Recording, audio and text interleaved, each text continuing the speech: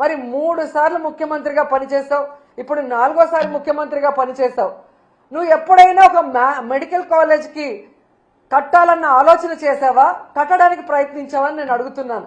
జగన్మోహన్ రెడ్డి గారు మొదటిసారి ముఖ్యమంత్రి అయినా 5 సంవత్సరాల్లో 2 సంవత్సరాలు కోవిడ్కి పోయినా ఏ విధంగా రాష్ట్రంలో ఉన్న అన్ని హాస్పిటల్స్ని, పిహెచ్సిల్ని రెన్యువేట్ చేయడమే కాకుండా కొత్తగా అర్బన్ హెల్త్ సెంటర్లు కూడా కట్టించి అన్ని రకాల ఫెసిలిటీస్ని అందజేయడమే కాకుండా 17 మెడికల్ కాలేజీలు వాటితో పాటు సూపర్ స్పెషాలిటీ హాస్పిటల్ని ప్రజలకి అందుబాటులో తేవాలి. పేద ప్రజలు డాక్టర్లు అవ్వటమే కాకుండా పేద ప్రజలకి నాణ్యమైన ఫ్రీ మెడిసిన్ కూడా వాళ్ళకి వైద్యం అందించాలన్న ఒక చిత్తశుద్ధితో పనిచేసిన వ్యక్తి. ఈరోజు ఆ 17 మెడికల్ కాలేజీలని పూర్తి చేయడం చేతగాక, అంటే దాదాపుగా 7 జగన్మోహన్ రెడ్డి గారు పూర్తి చేసేశారు.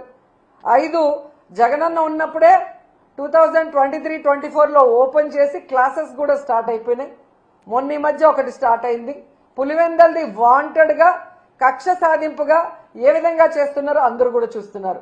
మిగతా 10 ఈ 15 నెలల్లో కనీసం 15 కోట్లు కూడా కేటాయించకుండా వాటిని నిర్వీర్యం చేస్తూ కక్ష సాధింపుగా ఈరోజు ఆ మెడికల్ కాలేజీని తమకు కావాల్సిన వాళ్ళకి అప్పచెప్పడం కోసం ప్లాన్ ప్రకారం ఎలా చేస్తున్నారో మనం చూస్తున్నాం.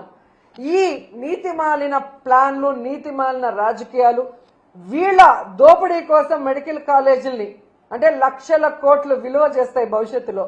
అలాంటి మెడికల్ కాలేజీల్ని విత్ హాస్పిటల్స్తో తమకు కావాల్సిన వాళ్ళకి పప్పు బెల్లల్లాగా చంద్రబాబు నాయుడు కూటమి ప్రభుత్వం ఇచ్చేస్తుంటే జగన్మోహన్ రెడ్డి గారు ప్రెస్ మీట్ పెట్టి నిజాలన్నీ కూడా ప్రజలకు తెలియజేయగానే వాటికి సమాధానం చెప్పాల్సిన సీనియర్ మోస్ట్ చంద్రబాబు నాయుడు ఎందుకు సమాధానం చెప్పట్లేదు?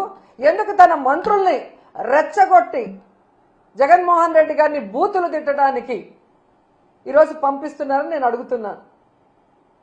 ఎంత సిగ్గుచేటంటే ఈరోజు హోంమంత్రి అనిత గారు ఒక ప్రెజెంటేషన్ ఇచ్చారు.